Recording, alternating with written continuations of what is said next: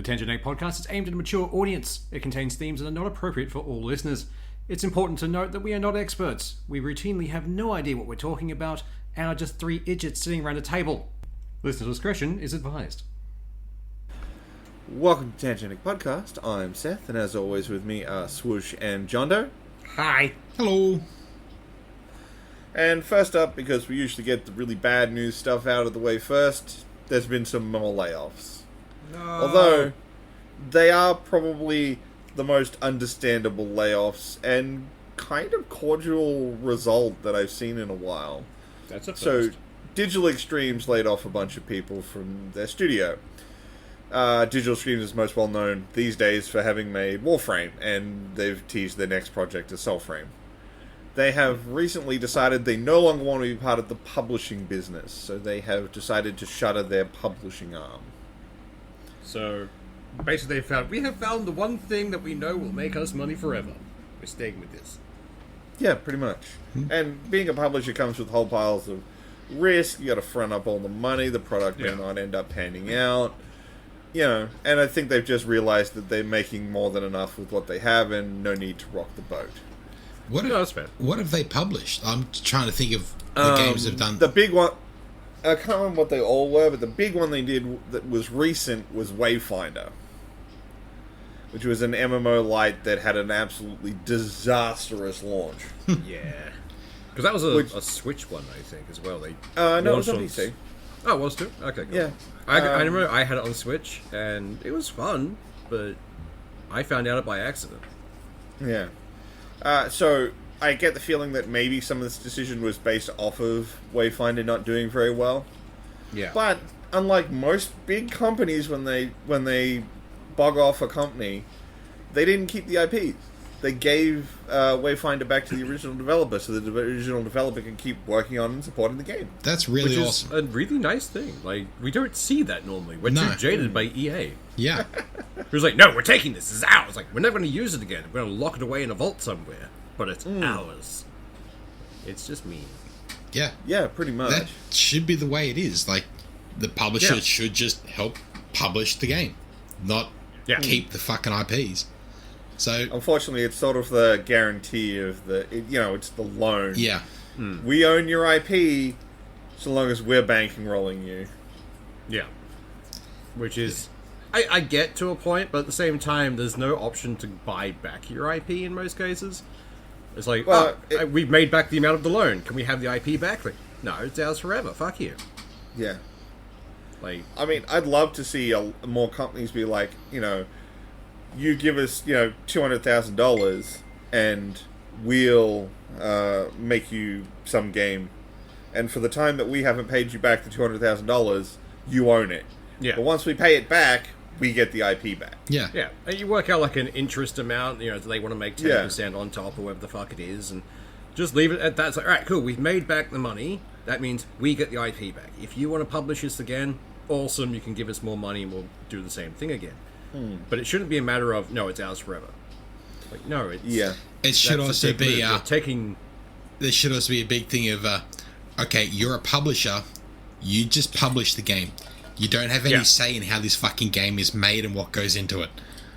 Absolutely. It should not be a matter of, we're publishing this, therefore we get to dictate what goes in. Like, we will listen to you, but we're not going to, do shit for it. Like, fuck you. We're making this Unfortunately, game. they are the money men, and they get to dictate stuff like that. They It's do. how but you there end up has with a to lot be of limit to it. microtransactions and bullshit. It's how you end up with a lot of, really badly handled games. I think that's why Especially- you're finding so many people praise places like Devolver Digital, which stay the fuck out of the way of the indies they publish. Yeah. They it's just help get them to market, Which like is a the best publisher way to- should. Yeah, at some point, publishers got in their heads that they are management of the entire project. It's like, no, your goal is to get this to being a product, and that's about it. It's stop playing with everything else. You're not qualified to touch other places.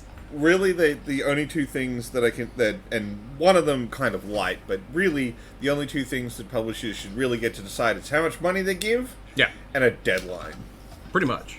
Yeah. There is a point where you haven't delivered that a publisher should be able to go, no, fuck you. We got to put it out.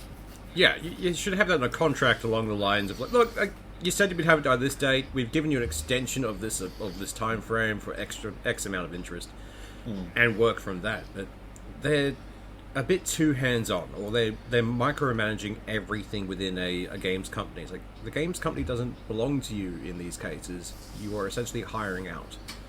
Like, let them cook, let them do their shit, and make a good game. If you sit there and fuck with it, these people are going to get angry, they're going to be disenfranchised with their own product, and you're going to get an inferior product from it. Like, we've all experienced that shit in any industry. Oh, yeah. I can understand why the publishers want to have so much say, because they're outlying cash and they're uncertain that there will be a return. So 100%. it is understandable, but they also almost micromanage too fucking much. Like, stick their nose way too far into the fucking process. Yeah. It's the problem when they start interfering with parts of the process they aren't qualified to be in. If I'm investing in a butcher as a random person, I tell you, no, you're cutting meat wrong, I'm a bad investor. Like, I shouldn't be doing that. I don't have the years of experience in that industry. I should be leaving that to the people I'm paying money to make the product I want. Like, it's a very simple transaction. But a lot of the people who are in production houses and that kind of stuff tend to be business majors. And one of the things that a lot of business majors are taught is, you are correct, everyone else is wrong. Like, it's a defining feature, and it's why they always say, oh, they're so confident. It's like, yeah, it's fake. They're just pushing it until they get what they want, even if what they want is wrong. But don't worry, if it's wrong, it's not your fault, it's the other person's. That's the current mentality they have, and it's not great. It also feels like they get marketing to design most of the game before the game designers get to look at it. Oh yeah, marketing should not even be anywhere near shit until it's like 90% done. Like, and I'm sick of seeing only get demos of the screenshots. tests. That's all they're allowed to get. Yeah, that's it. Nothing else. Like, they get, like, basically you have like the story writers going, here's a blurb, go from there. You're working on story for it. You don't get anything else, just the story. Though the last trailer season, like, everything, I was glad there weren't many of the squad-based banter that obviously doesn't fucking happen in reality. Like, Helldivers was the only game that actually had it this year, because they did it so much with The Division and Destiny previously. It's like, god fucking damn. No gamer ever talks like that. Do you remember the Anthem one? Like, I loved the dubs that came from that. The dubs were so much better, because it was just actual gamers going, all I got was fucking yellows again. I don't want to fucking thing. Why did I get a purple? We're in a game and I can't equip anything. What the fuck? Honestly, like, if you wanted to do that kind of marketing, then you go to, like, get some streamers or someone, or people who do competitive shit, and give it to them. At least then it's going to be more smooth and more realistic. Well, you'll also find, though, that a lot of those guys don't talk. Yeah. Yeah. They know what they have to do as part of their team, and they just do it. Yeah. Like, Well, just playing a game like that, you're not just, like, you're not talking for talking's sake. Like, at most you might call out a direction, and then that's it. It's just silence while you do what you're doing. Everyone just lays on the damage. Like, anytime we've been playing the, which one was it? The Deep Rock. Endless Dungeon? Endless Dungeon. Because, like, we're all pretty quiet in that game, unless we're calling out directions, like, we have to go here, this is fucked, we have to do this or stuff. enemy coming from We here. only chatter. Yeah, we only chatter in the lobby between, or, like, between levels. Like, that's about it. That's when gamers can actually talk. It's like our version of commercial break. Like, that's how... I swear, that's why there are so many loading screens in certain games. Like, just calm down, talk to your friends. They're in the same lobby as you. Drink Be some social. water, eat your Hot Pocket, keep on. Enjoy loading But I banner, like get rid the of your Doritos crumbs, now back into it. Yeah. It's one of those things where streamers, if you watch them, are very much like an overly animated version of themselves. That's why they can only stream for 2 to 3 hours at a time. God help you if you can keep it up longer than that. That's Although, a socio. like, side note, I feel like half of the people I know who learn how to use chopsticks just learnt it so they could eat snacks without getting dust on their fingers. The amount of people I've taught that, and I still get messages about. Like, one of my old housemates messaged me, like, a couple months back. He's like, yeah, no, someone caught me eating Takis with these things and freaked out. I've taught more people now. Good. spread the knowledge. The cult Yeah. of the chopstick is winning. If you don't know, chopsticks eating Cheetos, no Cheeto dust. Yeah. Yeah, great. all my controls are pristine. It's great. No random orange powder in places. You also don't get Or slapped so in the everyone's- eye eating chili noodles with a fork. Ah, yeah, fuck. You mace yourself I've with had chili that happen. noodles using chopsticks. I have actually maced myself with a lot of chili products. Let's be honest. Yeah, definitely. Like, we shouldn't be allowed near sharp or spicy things. But they're shiny and mean, like- delicious. On the other hand, though, like, eating them with chopsticks, there's a lot of slurping involved, which leaves a lot of room for, like, random tendrils of Yeah. chili noodles to just be like, Yeah. Yeah, but like they're less likely to like flick around the fork and just create a tornado of doom. Oh no, it's safer to eat it with a fork. It's definitely. Oh god, that's like horror. How'd we get on to food again? We are just a food podcast disguising ourselves as a gaming podcast. I swear to fucking god. Just thinly veiled underneath it. Look, man, fine. If we're going to talk about food, Hungry Jacks will sell you honey hot sauce in a tub. Oh, nice. You had me at tub. Wait, was it? Wait, is it the Red Rooster stuff? Because I would. Yeah. The stuff on the honey hot chicken. Oh, I think it said Hungry Jacks for a second. My bad. Oh, sorry, no, my bad if I did. No, Red Rooster. They'll God. just sell you the honey hot sauce in a tub.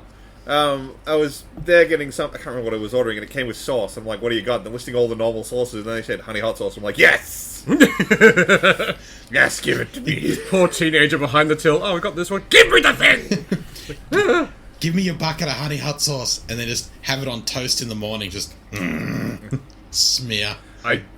You're It's joking, good, but man. I would do that. Like that shit's delicious. Yeah, it would actually be really good on toast. Oh wait, that on crumpets. Ooh. Because you already put honey on crumpets. Put Vegemite on crumpets. Alright, let's go. Vegemite and cheese. Let's go off the food topic. I'm getting hungry. We're not, Back to the what we're gonna pretend we are. Yeah. So, Sony's decided to shelve half of its live service products. Can they Good. shelve the other half? No, probably because they're probably a little too far along to shelve. Damn it. Sony has must have gotten a little bit of a whiff of the live service income market. From Yeah. once they picked up Destiny and they seen oh shit, there's a constant income of money here for one game. You've done one in 6 years. Holy shit, money's still coming in. Let's do more of these. And then using Bungie as reference for other developers, they were called in to have Well, that's have a look at the that was Last of Us that was factions. basically why they bought Bungie. Yeah. That's part of the reason my factions got canned, or from a few of the articles I read, that the live service just wouldn't work for it properly.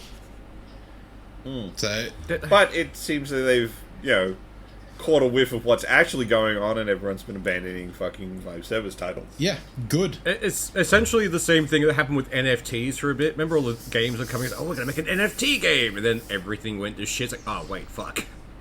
Yeah. We shouldn't do this thing that angers everyone. But, a lot of them say, oh, we're going to do a live service game. We're going to support it for 10 years.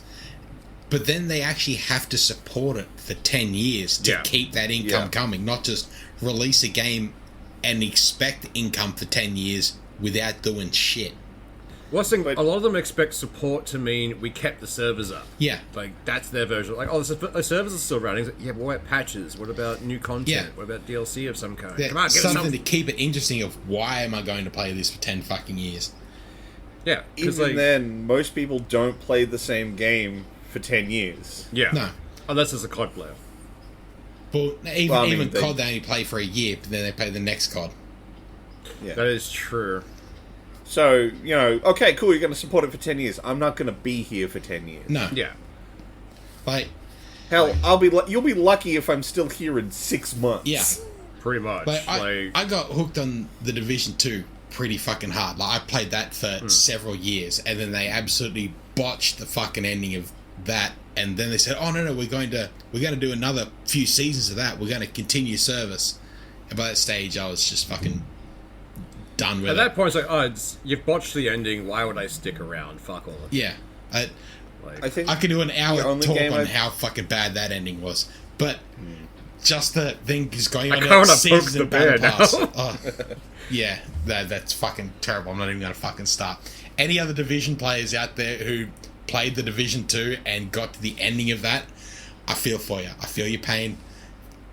We can let it die. Hopefully they'll do a better tell you what, Division game. We'll leave this up to like whatever people actually listen to this show.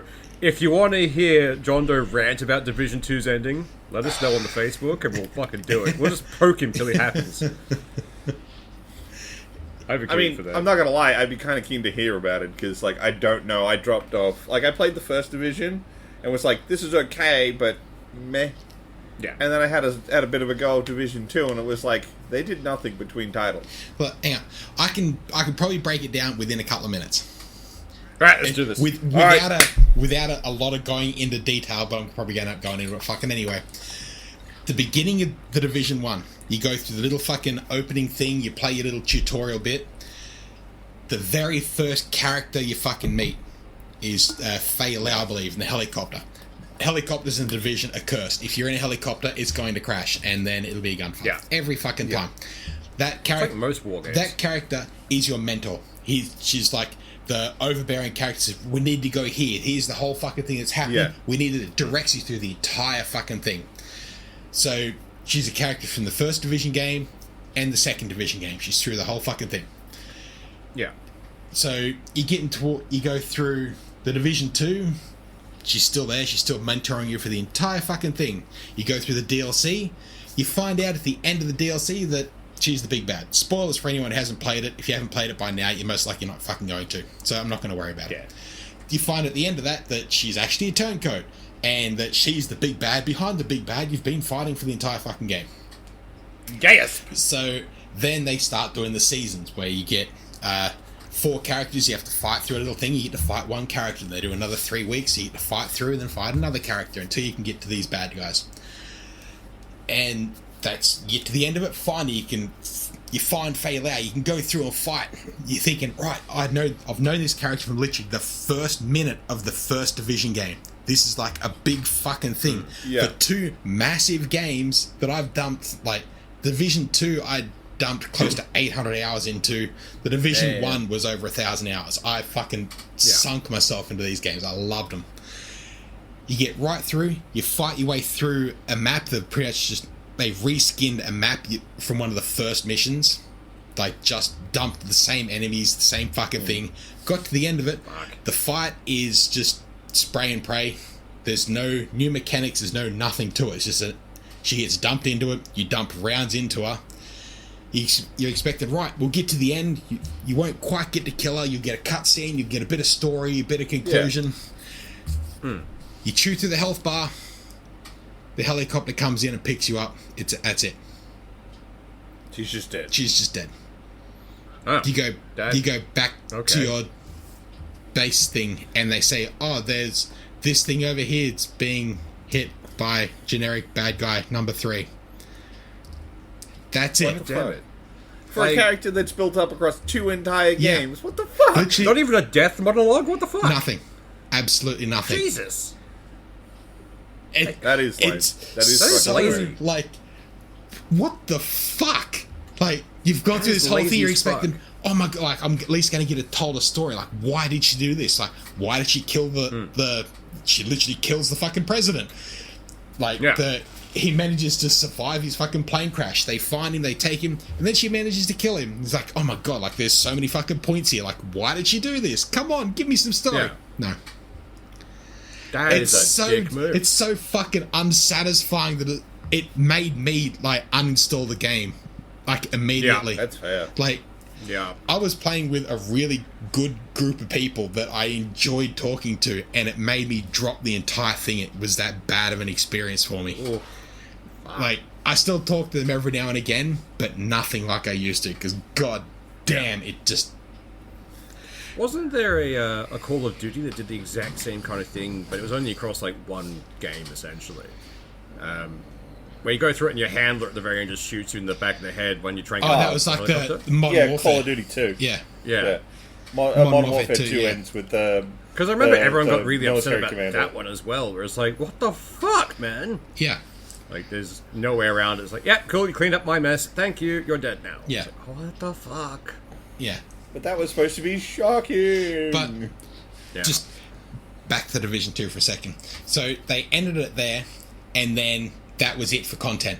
It was gone. Yeah. Until Ubisoft had an investor call where people that were players of the game had bought stocks of Ubisoft just to be in the investor call to ask them, what the fuck are you doing? Why, like, is there going to be Why'd more? you do We need this? more. Like, it's still, you've got a massive player base. What the fuck? And by this stage, they had announced the Division Heartland, which is still fucking in development hell, and a few other Division titles that no one really gave a fuck about. It wasn't until that investor call that they just said, oh no, we're going to do some more season content, which is just, you play 3 weeks, you fight a bad guy, you get another 3 weeks to fight another bad guy, you do that for 4 weeks till you unlock the last mission, you fight the last bad guy. Rinse, repeat, you do that. Wait, on loop. hang on. Doesn't this sound like what you just did? Yes. Yeah. Literally. Exactly that. But they did that for an entire year of fighting the exact same bad guys and the exact for same fuck's maps sake. before they said, right, we've got new content coming out. And everyone's like, okay, cool. So a new DLC, a new something? No, it's just new bad guys on the exact same maps. Jesus Like, Christ, what the fuck? they added nothing to it of value. What the fuck? So basically, they were just like, "Oh, we've been called out in public in front of other investors. We should probably pretend Yeah, to care about." they this said, "Oh, thing." we're going to release new content," and then they didn't. They Yeah. just shat the bed. Yeah, Fucking hell. I've really wanted to get back and play the game because I loved it. I loved how it played. There was nothing else out there like it, and it was a live service game. They were meant to keep doing shit for it, and then no. So that's what burnt me on live service, and it was probably the most unsatisfying moment in my fucking gaming history, and Yep. it burnt me I can fucking see hard. that. Like, that is a hard burn. Like, Yeah. that is someone has got the flamethrower out. Like, fuck this person in particular. Yeah. It's like, why would that level of character doesn't even get a death monologue? Like, come Yeah, on, nothing. something. Like- You have a perfect opportunity for lore. Like, But I Even if it boils down to, and there's someone with a Tweedledee mustache you didn't Yeah. know about. anything, Yeah. like literally when Or even better, you find out after you've killed her. Ah, fuck! They were framing me to do this. Like they were like framing her, and I've carried out their dirty work. But I'd stayed up to because the content for the next season thing dropped at like fucking 2:00 in the morning in Australia. So I stayed up. So when it ticked over, I could immediately get the download because I wanted to know what was happening. Like, oh my god, this is going to be fucking awesome! Like, you're gonna be announcing for another DLC or Division 3 or whatever. Cool. 2:00 in the morning, I start playing it. I rip through the content. About 6:00 in the fucking morning, I get to the end of it, where she's dead and the helicopter starts coming in. And then, surely there's okay. I'll run over to the corpse. Okay, it's there. Nothing. All right, I'll dump a few more rounds into it. Oh, another couple of bad guys spawned. Awesome. I'll kill them. Maybe some more. No, get in the helicopter. Back to base. 6:00 in the morning. I'm lucky I didn't put a fucking keyboard through a screen. One of the few, I'm very hard to anger. That got me I feel angry. like that's one of those, like, you're so, like, despondent, you just sort of, like, close the game, turn the computer off, just silently go to bed. yeah, No, for me it was like close the game, sit back and look at a black screen, and then uninstall and walk away from gaming for about 3 weeks. I couldn't even start a game up. It just made me angry. yeah. No fuck. When That you is get very fair. burnt that hard, Yeah, it's very like, hard to get back into any for something level you of dump it. time into and invest. Like, I was very much into fucking theory crafting of making builds and doing stuff with it. It's like, oh, fucking, this is awesome. No, You had drunk the Kool-Aid, and then I'd very much drunk the Kool-Aid. But yeah, I mean, it's kind of like, I mean, it's probably not as much, but, you know, it's the same sort of thing that happened with people with Mass Effect. yeah, When they got to Ender 3 and they didn't have an opportunity to reject the Star Child. yeah, fucking oath. It was just like, why? Why do I have to listen to this 11th hour character no one knows Yeah. after having sunk 3 games worth Yeah. of time in. 3 games Like, of 'cause- choices that have affected all 3 fucking games, and it boils down to fuck. red, green, blue.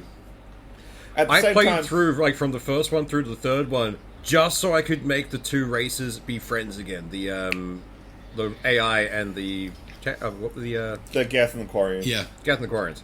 I fucking worked for that, and then they took that away. Well, they Like- didn't. Well, sort of. They made everyone a Geth. Well, that's the thing. It's like it's either biological machine or somewhere in between. It's like I don't like any of these options. I'd rather shoot the child. Yeah. Unfortunately, that always rules in a negative ending. Yeah. But, you know, at the same time, I will give, there were so many choices across those 3 games, there was no way everyone was going to be satisfied with the wrap-up. No. Yeah. But wrapping it up with the Star Child was such a bad idea. Yeah. It felt like a Deus Ex Machina. I was like, oh yeah, and now make a choice. Like, no, this doesn't feel fulfilling. Like, Yeah. what is this? You haven't teased Well, I mean, this character. well, You haven't the shown fact- it No. like lingering in the background anywhere. For the whole thing, you fought your way through 3 games, and now it's pick door A, B, or C. yeah. And no matter what way you pick it, it's a shit ending. The biggest thing for me was the fact that it came out of left field. There was no lead up to it. It's just suddenly, oh, there's a child now. Talk to the child. Despite the fact that, like, the supposed setup for that was the fact that Shepard had kept seeing a child all through the game. Except Yeah. that set up a much better idea for the indoctrination theory. Yeah. That was such a not- better fucking theory. Like, That It was a still great didn't theory. fit because, like, people would cherry pick pretty hard to make that oh, very work. much so. But Yeah. it still felt better. Yeah. Even cherry picking that gave you a better fucking resolution to what you actually got. Yeah. Like, And even then, when they go in back to it to try and fix it, it still wasn't good. All they did was extend it so you saw more of the characters and add in the option to shoot the Star Child and reject the options. Yeah. The problem is, though, the rejection is always a lose. yeah. Yeah. You can't have gotten galactic readiness high enough that you can beat the Reapers. It always fails if you don't use the conduit. Yeah. Which, to me, just felt mean. Yeah, it Like, felt like it if kind I of- put... If it was, like, the hardest thing to do, and if you put the legwork in across 3 games and got the exact things you needed, you Yeah. could beat the Reapers. And I tried to do that, and at the end, it just felt like, no, we're taking away all this progress. Like, you've worked hard to get this readiness level up high enough to do the thing. But no. It just Yeah. felt like they were taking away the entire purpose of that game. Like, Yeah. I've just played through X amount of hours to be told, you've wasted your time, choose a door.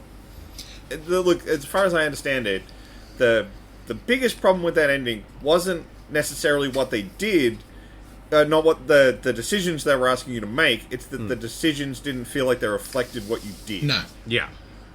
Because if there was like a lot of work, like you learned about synthesis, which was the blending one, and you had to work hard to get the synthesis ending unlocked. Yeah. Because you wanted it, that would make it feel Yeah. valid. It made no But difference instead if they it was gave you Renegade or Paragon. It made no difference how you'd done anything. Yeah. You just got the 3 options, Yeah. so it was like this doesn't feel like my choices mattered. Yeah. I understand that you were always going to reduce it down to something smaller for the ending, but presentation matters. Yeah. It does, yeah. Though, November 7th, like, just gone. And Yeah. 7 Day, they're dropping Yeah. more and more We had hints the for Mass Effect we had 4 the or whatever the fuck they're going to call it. 34-second. They I had a haven't- 34-second trailer. Yeah, and it's just a Something like character, that, yeah. a character walking towards the screen, walking past the screen, and turning back. There was, That coat looks dope. it though. does, Yeah. It looks fucking pretty, but you don't really see much for it. No. They previously released a poster which looks really fucking cool of the same character, and in the shadow of that whole coat is a bar scene which was from a previous Mass Effect game, but in the characters that are in that bar scene are characters from the Mass Effect trilogy and Andromeda. Yeah. So, like, maybe it'll be a fucking blend between them, which would be pretty fucking cool. And there is a Geth in there, which Yeah. suggests that the Quarian Geth ending is probably considered canon. Yeah. And it's the catfish people. There's one of them in the bar shot. Yeah. Which heavily implies that some blending of Andromeda happened. Yeah. Like, honestly, I haven't played any Mass Effect since 3. It burnt me hard enough I ignore the franchise. Andromeda wasn't as bad as I think a lot of people say it is, but The it wasn't- glitches were the big thing at the start, where it's like, T-posing faces without actual faces. Andromeda was I didn't shit. run into any of that. Andromeda was great if you take the Mass Effect name off the front and just call it Andromeda. Yeah. It's a pretty Yeah. good, like, generic space game. Yeah. I enjoyed it for what it was. If it wasn't trying to be part of the Mass Effect that we all knew and fucking loved, it wouldn't have been a bad game. I mean, to be honest, had it not been called Mass Effect, I probably would have played it. Like, Yeah. after 3, I'm like, I think I'm done with this. I don't want to go back to it. If it didn't have the name on it and you'd played it, you would have thought, oh, this feels very Mass Effect. But Yeah. that's about as far as you go with it. I played it, I enjoyed it, I never finished it, then I modded the guts out of it, and then I really enjoyed it. Yeah. Yeah. I think that happens a lot, actually, where a developer will get a game idea and, like, it's not good enough to stand on its own. Well, they don't think it will stand on its own. So, like, we'll just slap it onto a franchise. We'll just slap it on there and see what happens. Which, Look, I don't think that's what happened with Andromeda. Too much of it was tied to the Mass Effect franchise for that to have been the case. But it just wasn't as good as the previous ones. But then again, we had 3 entire games worth of investment, and then this game had to come in fresh. yeah. This game That's came always a in hard- fresh, but it also got gutted more and more, like developers taken off that to work on Anthem. Yeah, and then Anthem fucking died horribly. Yeah. Yeah. So neither game got God, the that was a support shit that show. it really needed. Like Yeah. they spread the Vegemite too thin across 2 games, and both suffered for it. But at least Weren't they using, Andromeda got released Anthem- properly. Yeah. Because like, it's one of those things where it happens in game development where they start using one of the games as a punishment detail. And apparently Anthem became one of those because it had so many issues.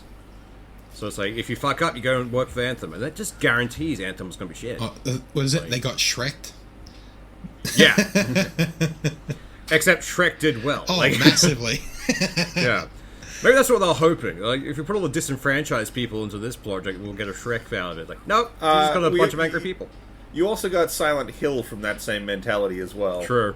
All the guys from Team Silent were just rejects from around the Konami office. Yeah.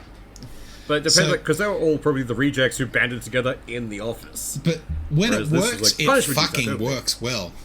But when Yeah. it doesn't, you get like just spread out dog shit. I mean, it really, depends on how it functions, because if they band together, it's like, no, fuck you, we're going to make a great game think- because, we're good. I think it's less the banding together and more that the teams that get usually done like this, no one watches what they do. Yeah. So they get to do anything they want. Yeah. So they can just do the thing. And then, oh shit, the thing was amazing. Yeah, because you got the fuck out of the way. Yeah. Circling back to our earlier discussion about indies. Yeah. But Anthem was in such high profile at the time, they had to keep an eye on it and just bear down on them. I was really hopeful for Anthem. It looked fucking Oh, awesome. we all were. It looked looked amazing. so good. The flying was good. Yeah. Hey, yeah. Only bit. That was the only good thing. It was the only thing from the trailer that really made sense. But, oh, God. It was such a shit show. So, speaking of shit shows, do we want to move on to the next thing? Yes.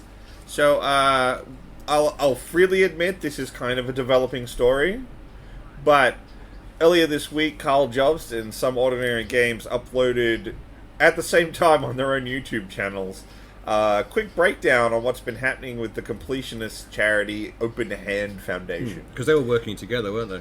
Yeah, they worked together on this project. Although, Carl Jobs, my guy. Yeah. Yeah, I get to jam his name in 2 podcasts in a row. Do it!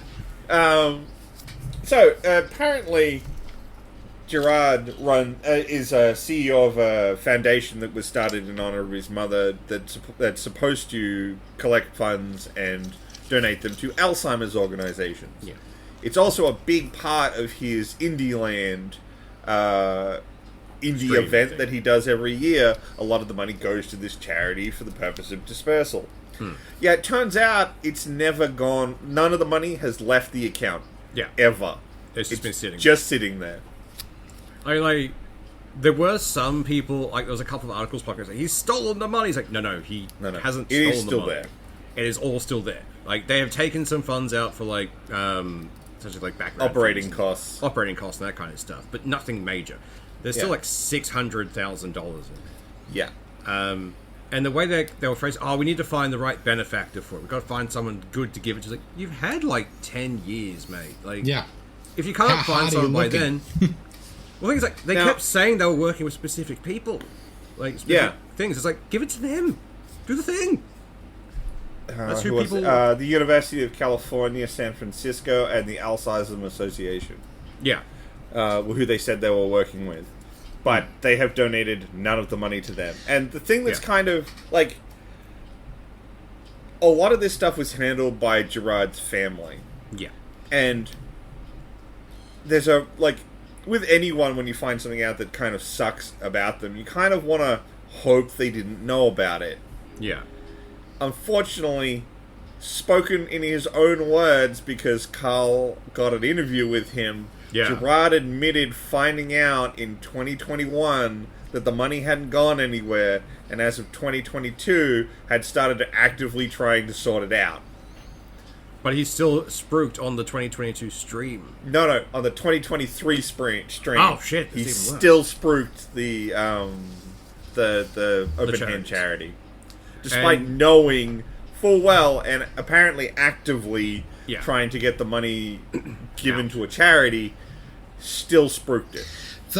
The charities that were like they announced they were working with, like that university and the Alzheimer's Foundation, all that. Alzheimer's. You'd think Yeah. they'd say, "Where's the money?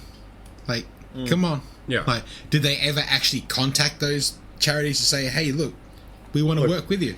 Like, This is where I say that this story is very in a developing state. Yeah. Gerard, outside of the and I'll freely admit it's a snippet in Carl's video and same in Some Ordinary Gamer.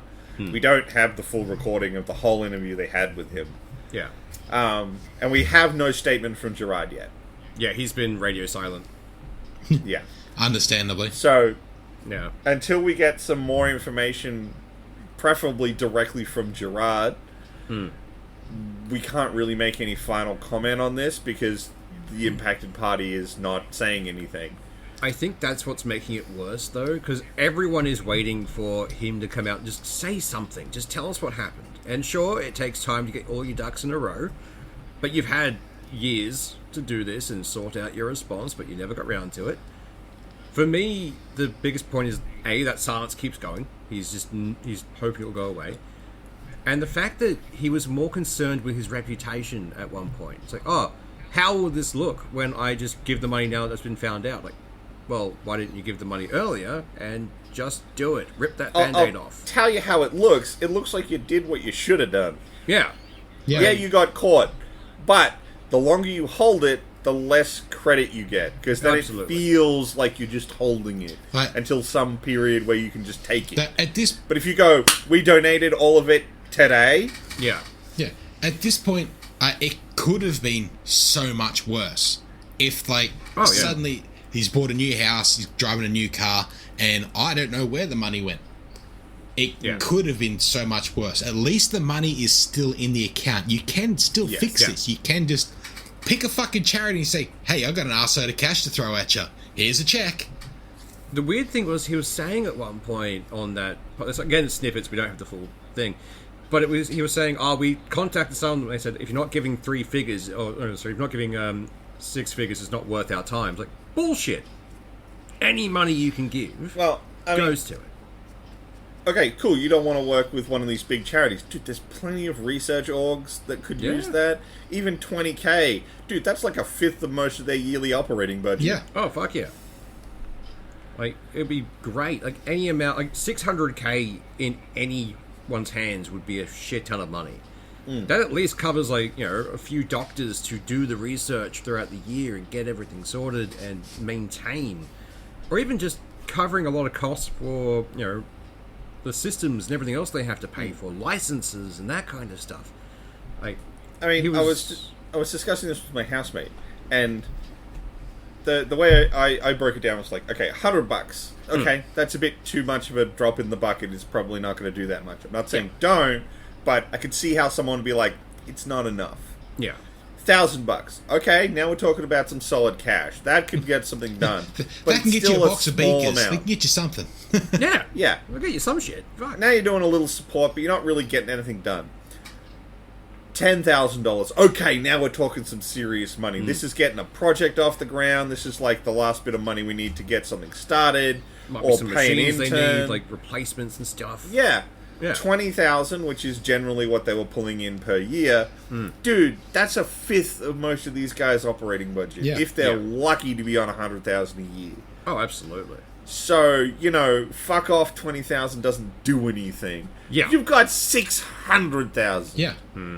Just give it over already. Like, shit'll get off the pot. Like, at this point, people are waiting for it to, the family either to run off the money or, for them to actually pay it. Well, it can't run now. Yeah, I think that was the thing. Like, because I feel bad for him because he is the face of that charity, and for a fair while he did not know this was a thing. If we take him by his word, he didn't know. But then when he did find out and said, "I'm going to do everything I can to fix this," and then nothing happened. That to me is either your family holds the reins way above you and you can't do anything, in which case you should have fucking said something, or he just didn't want to, didn't try. Yeah. Which is not Laziness. what I want to think about Gerard, because he's generally a very good, like, the persona he puts out and the Yeah. presentation he has for himself is absolutely, like, A+, nice dude, absolute beacon of hope within the shitball that is quite often the games industry. Well, until this happened, he was esteemed in the YouTube community. Like, Yeah. people fucking loved him. The two guys who did this, the creators who investigated everything, loved this guy, and they were both like, "We are so shitty that this has happened, but we can't not send this out. We can't sit on this like they have. We have to tell you what's happened." And I think one or two of them had actually donated a decent amount of money to those streams. Like, that would suck. You know the world is pretty fucked up when there's more investigative journalistic into this than there is in the fucking rest of the world media. Yeah, that's because Like- you investigate the government, suddenly you go missing. Yeah, well, only Investigate a YouTuber, the worst it's going to have is a flame war. only certain parts of the government. Yes. Do we want to get onto something potentially more positive? Yes. Potentially. Right. So, the Game Awards are coming up in, I think it's 2 weeks. So, no, 2-3 weeks. It's something it's like start of December. Soonish, yeah. So we've got the all the categories and all the nominees. So I figured we'd just do a quick rapid fire rundown of all the categories, who's in them, and what we think. Fair. So category 1 is of course Game of the Year. Games up for nomination are Alan Wake 2, Baldur's Gate 3, Marvel Spider-Man 2, Resident Evil 4, Super Mario Bros. Wonder, and Legend of Zelda: Tears of the Kingdom. I'm sorry, but I think this is just an easy slam dunk for Baldur's Gate. Oh yeah, straight Oh up. yeah, fuck yes. But It's queued up. If they don't get it, then there is some higher level corruption in there somewhere. I found it pretty funny. Online people were crying out, "Why isn't Starfield on there?" Because Starfield doesn't have the fucking quality. Oh, you wait till we get to the category it is in. Oh, is it worst game of the year? It's only in one category for the whole thing. Out of 31 potential categories, it's in one. Shallowest puddle. Next one was Best Game Direction, award for the outstanding creative vision and innovation in game direction and design. Okay. Alan Wake, Baldur's Gate, Marvel Spider-Man 2, Super Mario Wonder, Legend of Zelda: Tears of the Kingdom. Look, man, it depends on which one you like more, Alan Wake or Baldur's Gate. 'Cause Baldur's I'm Gate. sorry, Spider-Man's just more Spider-Man, and I was gonna say, Mario's more Mario. To me, it comes down to it's either going to be Baldur's Gate or Zelda, because that went gangbusters again. It sold well, but I don't think it was that outstanding. Oh, actually, no, it wasn't much innovation. It was much the same as the first one, just different settings and a few different powers. Yeah, much that much the makes same sense. as the People- first one, but now you can build a car. Yay! or with a That was dick. fun, though. It was pretty fun, though. Yeah, Yeah. that's another vote for Baldur's Gate from me. Yeah, same. I mean, I haven't played Alan Wake yet. I want to, but Epic Jail. So I can't really comment on it. But yeah, but I they're think the two. Epic Jail Out of- was going to fuck with Alan Wake. No one's going to be able Yeah. to play it and really. No, do they're anything able to with it. play it. It's just willingness. Yeah. So, best narrative, Alan Wake 2, Baldur's Gate 3. So there's only Cyberpunk five games that released this year. I want Baldur's Gate to win the everything, even the one it's not nominated for. Just pops in, it's like, hi, we're taking this. It's This is a our write-in stuff. vote. Yeah. And the other two were the other games in that category were Cyberpunk 2077 for Phantom Liberty, Final Fantasy 16, and Marvel Spider-Man 2.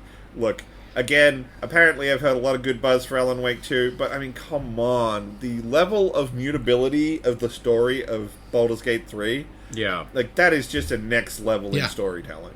There's an entire second storyline in there. Like, if yeah. you play the was it the Fallen, whatever it was, Descended, play that, you get an entirely different game. Like, Oh, you mean the Dark Heart? yeah, that one. It's essentially No, an Dark entire- Urge. That's it. Dark Dark Urge. Urge. It's essentially a different game because of Yeah. what you have to deal with. Like that, there's two games in one. You just got to find Well, the secret game. I mean, players found a way to, like, there's a section where you have to pick between two characters. You can only get one of them. A player figured out how to get both, and it didn't break the game. Nice. Like, Baldur's Gate doesn't so much have a story that you can go point A, point B, point C. It's more like a jar full of worms that got smashed against a wall, and find your way through it. Yeah. It is the most pure and wonderful version of a choose-your-own-adventure novel. Yeah. Yeah. It really is. It's like the old Goosebumps books, but made into a Yeah. fun game. Next one is Best Art Direction. Alan Wake 2, Hi-Fi Rush, Lies of P, Super Mario Wonder, Legend of Zelda. I kind of want Liza P to get that one because that game is fucking beautiful. It's not gonna. Alan Wake's gonna sweep it. I know, but Liza P is so nice. It is. I like Lies of P, but even I'm like, look, man, I've watched trailers. I haven't played Yeah. Alan Wake, but I've watched trailers, and I know Alan Wake's gonna sweep that category for art direction. Yeah, I'm just a slut for for steampunk, so Yeah, I know. yeah. Best scoring in music, Alan Wake 2. Oh yeah, it says all the composer names. So it's Alan Wake 2, Baldur's Gate 3, Final Fantasy 16, Hi-Fi Rush, and Legend of Zelda. Now, I'm gonna say it's gonna be Alan Wake 2 because they got Poets of the Fall back to do another banger. Yeah, fair. And Remedy always gets the best out of Poets of the Fall. If you don't know, Poets of the Fall is the actual band who does all of the old Gods of Asgard songs that are in Remedy games. yeah. And they did another one for Alan Wake, and I'm already sure it's a banger, because it is every other time. But at the same time, when if they lose, like Hi-Fi Rush loses that, I'll feel so bad for them. It's like, you're a rhythm game. How'd you fucking miss this, guys? Come on. Yeah. Next up was Best Audio Design, so sort of more of your atmosphere type stuff. Yeah. Alan Wake 2, the Dead Space remake, Hi-Fi Rush, Marvel Spider-Man 2, Resident Evil 4. The Dead Space one was pretty good for them. Though, I'm what like, should remakes really be in the Game of the Year? Well, it came out. They it did change a large amount of that game. Like, there are entire sequences that were completely redone. I don't know. There's whole sequences that aren't even from the original game. Like Yeah. an overhaul like that changes large aspects of the game, I can understand. But if it's just a 4K remaster, Oh, no. Oh, the God, no. remaster of Dead Space remixed, well, not remixed, but, a lot of the stuff that was load screens or was implied, like the tram. In original Dead Space, that's just a loading screen. Yeah. In the Dead Space remake, it actually has a track, and you can follow it, and you can see where you travel. They also took a lot of the lessons they'd learnt from the other games and brought it in. And just they patched up a lot. They took a very shitty old hovel, like an old hovel like in the background. It's a very nice cottage. And they made it into a modern version without changing too much. It's very good. Yeah. Still feels like the hovel, but, with electricity. It feels like home. That's the problem. It feels like home.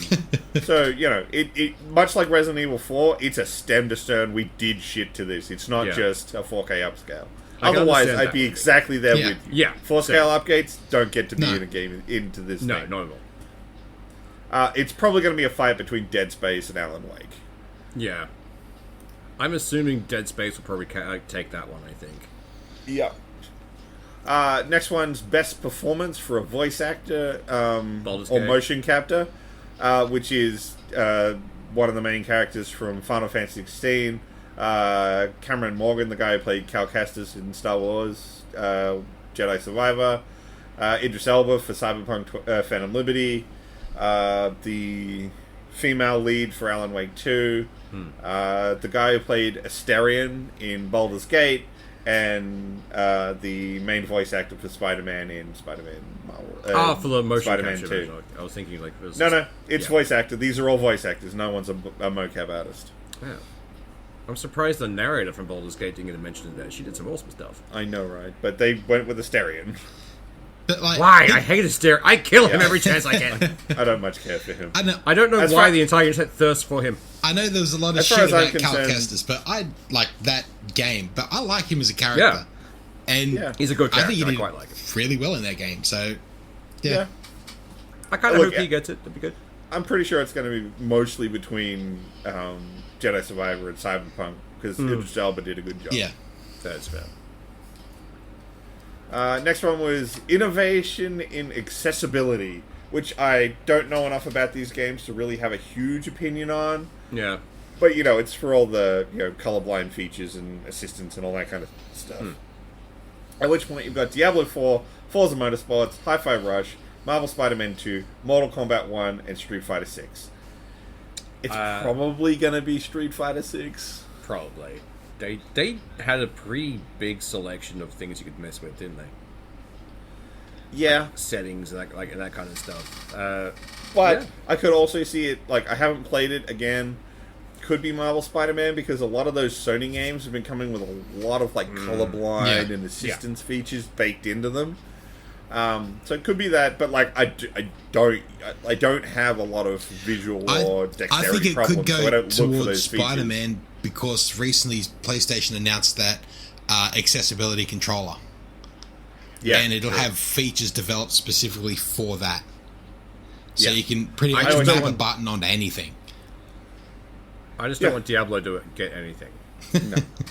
On principle, it's Well, just it'll bias. get something mainly laughed at, but Yeah, but I mean, I mostly just look at it and go, look. I think back to what was it, Last of Us 2? They had an Yeah. entire sub-menu that was just pages of accessibility options. Yeah. So I would not be surprised if Spider-Man has a similar thing, but I don't own a PS5, so I don't know. fuck, I need to play those games again. Next up is Games for Impact, which is all your indie stuff, and I only actually know and have played one of these games. Because there was Space for the Unbound, Chance of Sanaa, Goodbye Volcano High, Tachia, Terranil, and Venba, and I've only played Terranil. I have played none of these games. me neither. I thought you were reciting a spell for a second, like... By the Space for Unbound, Chance of Sanaa, Goodbye Volcano High, Tachia! It kind of works, right? Fuck. And you summon an indie dev. Next one was for best ongoing game, so stuff that's been getting ongoing support. So there's Apex Legends, Cyberpunk 2077, Final Fantasy 14, Fortnite, and Genshin Impact. I'm I pretty sure just want it Fortnite's to gonna be sweep that one. I want it to be Cyberpunk. I want it to be Cyberpunk, but I'm pretty sure Fortnite's going to steal that one. Cyberpunk I is the only wouldn't be game in there surprised- that it's only DLC. The rest of them are game as a service, continuous Yeah. content games. Whereas Yeah. Cyberpunk Yeah. is just here's a DLC. I wouldn't Yeah. call that continuous gaming. You can I play think they're through more it. referring to I think they're more all the continual patching and stuff Yeah. they did over the time to try and get it up to the point before they hit 2.0. Fair point. And then, of course, 2.0 and Phantom Liberty came out this year. Yeah. I would expect this one to either be between Fortnite or Final Fantasy 14, because Final Fantasy 14 has been eaten well. Yeah, I haven't played it in a long time, but when I did play it, it was very fun. I will give it that. Next one's for best community support, at which point it's Baldur's Gate 3, Cyberpunk 2077, Destiny 2, Final Fantasy 14, and No Man's Sky. That has to go to Cyberpunk. It's Cyberpunk or Baldur's Gate, because Yeah. Larian has been Yeah. right on there on Twitter trying to keep on top of any question you at them at something, you're getting a response. So they've been pretty active. How is No Man's Sky still in these fucking awards? Like, I know. I have no idea. Next one's Best Independent Game, and this one actually has a controversial entry. Gasp! So the games on offer are Cocoon, Dave the Diver, Dredge, Sea of Stars, and Viewfinder. Dave the Diver isn't an indie. I was gonna say, like, that... I'm pretty That's sure that wasn't published indie. by Nexon. Yeah. Nexon is not indie at all. No, it's a big publisher. Yeah. and How'd that get in there? Dave the Diver's the only one I've actually heard of from that list. Probably because Dave the Diver looks and was marketed like an indie, Yeah. but it isn't one. At that point, you'd think, like, Nexon would be like, guys, please take us out of that. Like, I Right, they might win an understand... award. Yeah. Well, I get that, but the amount of backlash for the internet would be fucking hilarious if they win. Because at no point... Because it's like when we found out all of the big breweries bought a bunch of microbreweries and were still trying to claim they were craft beer. For anyone who's not Australian, that caused an actual fight here. Yeah, it did. Yeah, it did. Fucked up our Great Northern. Great Northern was never really great, though. That is true. It was kind of okay Northern, but yeah, it's... Great Northern is just drinkable, okay? Yeah. Great Northern is... It's cold and it gets you licking. Great Northern It's is quaffable. mild 4X. It really is. So, next category was Best Debut Indie, which was Cocoon, Dredge, Pizza Tower, Venba, and Viewfinder. I mean, I assume Dredge is going to win because it's the Dredge only was one fun. I've heard of. I actually played Dredge. It was pretty good. It's a nice little puttering around game. It's very fun. Next up was Best Mobile Game. So Which Diablo way- 4? No, Final Fantasy VII Ever Crisis, Hello Kitty Island Adventure, Honkai Star Rail, Monster Hunter Now, and Terranil. I keep forgetting Hello Island Kitty Adventure is actually a thing. Not just some fucking internet joke. Yeah, I know, right? Not just a fucking South Park joke. Yeah. Oh, I keep forgetting that one. Fucking Warcraft episode. Next up was Best VR/AR for Gran Turismo, Horizons, Call of the Mountain, Humanity, Resident Evil Village VR mode, and Synapse. I can played none see- of them. I can see Resident Evil getting that one, because horror games in VR kind of do well. Like, Yes, they do. And Resident Evil Village was a pretty decent game. I don't think Yeah. it was the best they've done, but it was good. they're still fun. Yeah. Best action games next. Armored Core Fires of the Rubicon, Dead Island 2, Ghost Runner 2, Hi-Fi Rush, and Remnant 2. As far as I'm concerned, this is Armored Core's to lose. Yeah. Yeah. Armored Core is easily the most standout game in that list. I keep forgetting Dead Island is actually out. I know, right? Best action adventure game. Gasp! Alan Wake 2, Marvel Spider-Man 2, Resident Evil 4, Jedi Survivor, Legend of Zelda. I kind of want Jedi Survivor to win that one. Yeah. I would be expecting Spider-Man. Yeah, I still haven't played the new Spider-Man. I really should get around to it. Neither have I. I really enjoyed Jedi Survivor, and Oh no, Survivor was really good. yeah, I don't know. This Spider-Man doesn't Like look the- any more different to the first Spider-Man game with the Miles Yeah. Morales DLC, and now you can just hot swap between them. Though Jedi Survivor I am thing, at looking least, forward like, to I it got to grow eventually a little coming to bit. PC. That's when I'll give One a day. fuck about it. Yeah. Next up is Best RPG. Baldur's Gate 3, Final Fantasy 16, Lies of P, Sea of Stars, and Starfield. Yeah, that's going to be The Baldur's one Gate. category Starfield should just be disqualified. Like, The one Out the category window. it's in, and there's no way it Yeah, wins. no Yeah. way. in fuck. I still maintain Baldur's Gate's going to sweep every category, including the ones that's not Like, nominated. they don't need a wheelbarrow to walk out of. They're going to need like a trailer to put those fucking awards Yeah. in when they leave. So many. But I mean, like I haven't played Sea of Stars, but Lies of P is very good. Yeah. And by all accounts, the new Final Fantasy has been amazing. And then, of course, you've got the absolute goat in Baldur's Gate 3. What the fuck is Starfield even in here for? Yeah. Like, 'cause I'm pretty sure they paid enough that they had to get a mention. It's like, look, we can't leave them out. It's like that weird, annoying kid that smells funny. You have to Yeah. invite to your birthday. Like, it's a pity invite. It's a pity nomination. That's fair. Next up is Best Fighting Game, God of Rock, Mortal Kombat 1, Nickelodeon All-Stars Brawl 2, Pocket Bravery, and Street Fighter 6. I'm going to say it's probably going to be Street Fighter 6 off of the back of Evo alone. It's that or Mortal Kombat, to be honest. Yeah. They both have very substantial fan bases. That is fair. Next up is Best Family, which is Disney Illusion Island, Party Animals, Pikmin 4, Sonic Superstars, and Super Mario Wonder. Family game. I thought it just meant random families. Like, we found the Joneses in California. They seem lovely. No, sorry, family game. My bad. Okay. It's probably going to be Super Mario.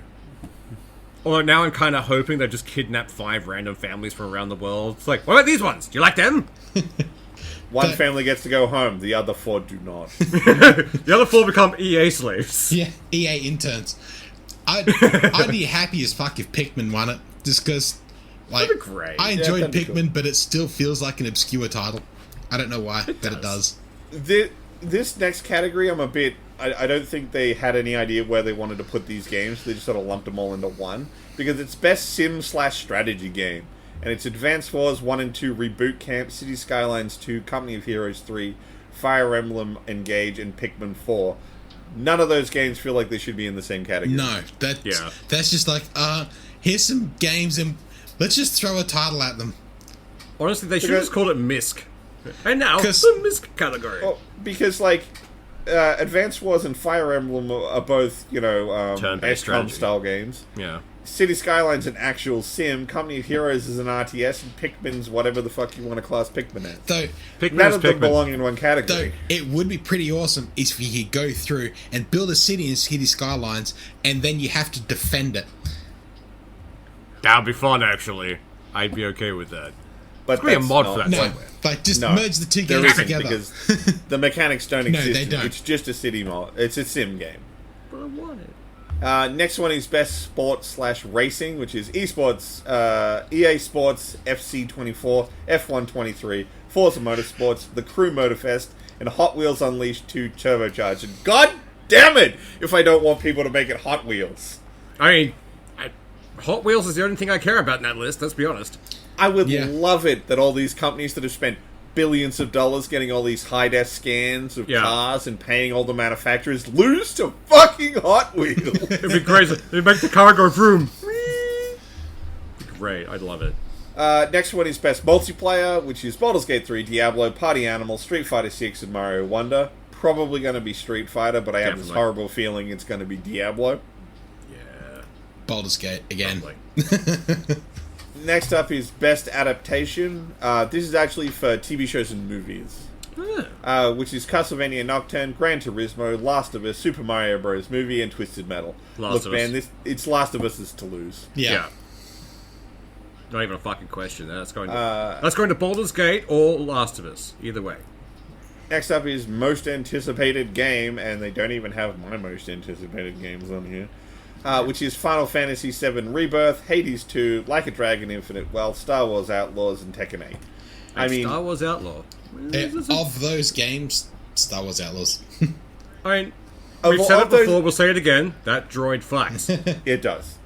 Of those games that I actually believe will come out and be good, it would actually be Like a Dragon and Hades 2, and I'd lean more on Hades 2, because Hades 2 is just going to be bigger version of Hades. Yeah. Yeah. Hades fucking slaps. Hades is fucking great. I love that game.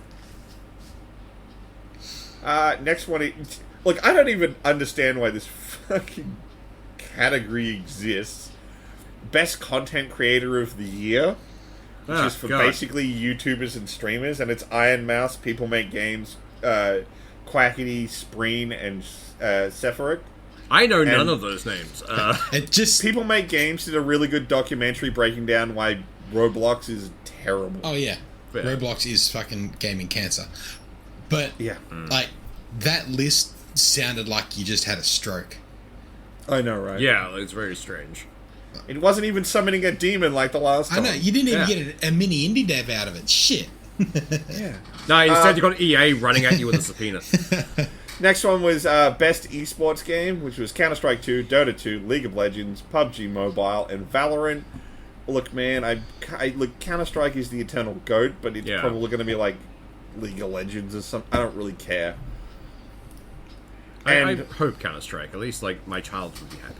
I'm not going to go through the last couple of categories because they're all esports related. You know, teams, athletes, coaches. I don't know any of that shit. You guys don't know any of that shit. We don't care. See, now they should get rid of all of them and just replace it with one category: surviving esports. Yeah. Or most likely to survive the next year. All right, so we're going to need to well, we're not rapid fire. We've done long episodes before, but we have crossed an hour and we're still not done with this episode. We still need to do book. We got to do book, but I have to tell you this really dumb thing I found before we get to book. Fair. So, J.K. Rowling.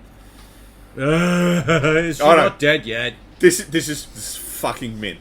Okay. So, Scottish Rail put out a big ad because they're the Scottish Rail's the one who runs the rail that the Hogwarts Express runs on. Yeah. She got shitty at them for putting out an ad looking for trans drivers for the train. The ad wasn't for trans drivers, it was for train drivers. Oh, JK, you're bigger than showing. I know. So I had to put that one in because that is just... You got shitty because you misread the poster and thought that they were advertising for a trans driver. Not that that would be a problem, but then it wasn't even for that, it was for a train driver. That's fucking hilarious. What the fuck? I hate the fact that she's the one who made Harry Potter. I know, right? That's like another one of those, like, try and separate the author from the product type of deals, but, like, anytime you buy Harry Potter... I still haven't bought Hogwarts Legacy just because I don't want to give her money. Yeah, no, that's fair. I would highly suggest to anyone, if you want to read Harry Potter, go to any secondhand bookstore. Guaranteed you'll be able to find the whole set, and no money goes to J.K. Rowling. Do it that way. Best way possible. I love it. Anyway, so, book! Yes! We got there in the end! This month's book was The Ghost Stories, as read by Stephen Fry, and that was a really nice book to just listen to. Yeah. But it was Stephen Fry. The only downside of that book is the fact that he has such a nice voice, I had to fight not to sleep. Yeah. Same here. Going through all that, I didn't realize how short the actual Sleepy Hollow story was. I'd never actually read it myself. Yeah. It's like, well, it's an 8-hour book, and he's going through like 9 stories. Like, holy shit! Some of these are just flash in the pan, gone. Yeah. But a lot of them were like that. It was interesting. But like the horror and ghost stories that were in them, like stories that you could tell around a campfire with children, or like the horror that was considered back then to what horrors like to what would find creepy or scary now is like, holy shit, there's a difference. I found a lot of them weren't supernatural based either. A lot of them ended up being people or just very like murderers and that kind of stuff. There was nothing really supernatural except for the doppelganger was the only one that kind of grazed a bit close to it. There was the one with the dude who was killing the children. Yeah, he was trying supposedly to... they were murdered by ghosts. Yeah, that's right. Yeah, the vengeful ghosts of children. Or the although that one, when you describe the children outside the... Oh, yeah. When you described the children out the window, that was actually genuinely creepy. Yeah. No, it was a lot of them have like a nice creep factor to them, and if you were listening to them like in a dark room with like a thunderstorm outside with Stephen Fry's voice, like, oh, it'd be great. Yeah. I mean, I think the best one is exactly the way John Doe said it. Like, these are perfect, like, sitting around the campfire, yes. Yeah. And one night, while a group of people were sitting around a campfire, just like Much this. like this. Where the stories you tell to creep the kids out before you send them to bed before you crack the beers. Yeah. But that didn't make them any less enjoyable. No. And Stephen Fry knew how to read them to give them the perfect inflection to just be good listens. Like, I love the fact that his retirement is just working for Audible now. Like, so happy. These would be really good stories. Like, if you're into the whole Halloween thing, if you had a group of, like, say, kids or whoever you want to stand around carving pumpkins, just doing stupid Halloween shit, this would be perfect to put on in the background. Yes. Like, perfect listening to while you're carving a fucking pumpkin out, while you're decorating shit, putting it up. Yeah. me, I want to use it as an intro for my nieces and nephews into horror. Like, Yeah. I'll because I got one niece not even who's so much way into horror books. She as loves like a little creepy, like a little like Yeah. that niggle on something I wasn't ease certain them of. into it, like like ease them into that kind of like view. Definitely. Because one of them really loves books, and it's like, yep, cool. At some point, you'll end up in like Goosebumps because we have the entire collection somewhere. My sister loved it, and when you get to that point, I give you the Stephen Fry thing. You go and have fun. Yeah. They're like a lot of the Goosebumps are more like goofy horror, Yeah. like something you can Goofy laugh horror at. than Whereas, That didn't Yeah. stop me enjoying all those books oh no, when I was a absolutely kid. not. Oh, yeah, but great. they are like something you Yeah. can find a lot of comedy in. Whereas there's no comedy in these, but the stories are light enough that you can listen to, and like Yeah. they're not something you listen to the first story and go, I need to turn this off. Like shit. Yeah. You're like, oh, what's the next one? This is Definitely. pretty fucking cool. Yeah. Yeah. I had Absolutely. to fight not to listen to the entire thing in one hit. It was I very did listen to hard it in not one hit. I thought, fuck, I started it, it's like, this I- is happening. It's done. I could not listen to it in one hit because I started to fall asleep. Yeah. Like, oh. Although, And what not was from your- boredom, just because Stephen Fry Yeah. yeah. is Oh, his voice is straight out butter. Like, it's just... Oh, Yeah. fucking hell. Yeah. velvet into your ear holes. Jesus. What was your favourite of the stories, though? I think because I remember it the most, the one with the kids, because Yeah. that descriptor when the one time the ghosts are visible, it's like that was just such an evocative image. It just sort of sits in my head. I mean, I can't remember the actual name of it, but it's the one with the school inspector going around checking all the with schools, and he finds the body. Yeah, and he keeps seeing shadows or like Yes. the kid walking across the road and that kind of stuff. That Yeah, that was that really one good. stood The one out with to the me a fishing lot. pole. But Yeah. like a lot of them, the bad guy got the comeuppance in the end. But a lot of them, Yes. The only one that didn't have that was the one with the rats.